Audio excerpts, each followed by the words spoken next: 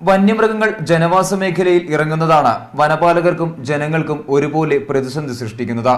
എന്നാൽ മുതുമല കടുവാ സങ്കേതത്തിൽ ഇത്തരം പ്രശ്നങ്ങൾ ഒരു പരിധിവരെ പരിഹരിക്കാൻ വനപാലകർക്ക് സാധിച്ചു.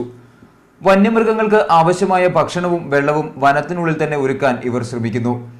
കഴിഞ്ഞ വരൾച്ചയിൽ വനത്തിനുള്ളിൽ സിമന്റ് കുളങ്ങൾ തീർത്ത് ടാങ്കറിൽ വെള്ളം എത്തിച്ചു. ഇത്തവണ മഴവെള്ളം ശേഖരിക്കാനായി നിരവധി കുളങ്ങളും നിർമ്മിച്ചു. ജനങ്ങളുടെ ആശയങ്ങൾ പങ്കുവയ്ക്കാനും നടപ്പിലാക്കാനുമായി പ്രത്യേക സമിതി തന്നെയുണ്ട് ഇവിടെ. அதனால அந்த கருத்து கேட்கப்பட்டதனால மக்களுடைய கருத்தை கேட்டு என்ன பிரச்சனைகள் ஃபாரஸ்ட்ல இது என்ன எப்படி டெவலப் பண்ணலாம், எதனால மிருகங்கள் வெளியில வருது, மக்கள் எந்த வகையில பாதிக்கப்படுறாங்க அப்படிங்கறத குறித்து கருத்து கேட்டாங்க. കടുവകളുടെ പ്രധാന ഭക്ഷണമായ മാനുകൾക്കായി വനത്തിനുള്ളിൽ പുൽമേടുകൾ ഉണ്ടാക്കുന്നുണ്ട്.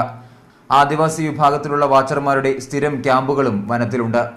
വനം കൊള്ള തടയുന്നതിനായി പ്രത്യേക നിരീക്ഷണ ക്യാമറകളും സ്ഥാപിച്ചു കഴിഞ്ഞു. വനവും വന്യജീവിയും പരിസ്ഥിതിയും മനുഷ്യനും ഉൾക്കൊള്ളുന്നതാണ് ഇവിടുത്തെ സംരക്ഷണ പ്രവർത്തനങ്ങൾ. തമിഴ്നാട്ടിലെ മുതുമലയിൽ നിന്നും ക്യാമറ പേഴ്സൺ അനീഷ് കാഞ്ഞങ്ങാടിനൊപ്പം മനേഷ് മൂർത്തി, മീഡിയ 1.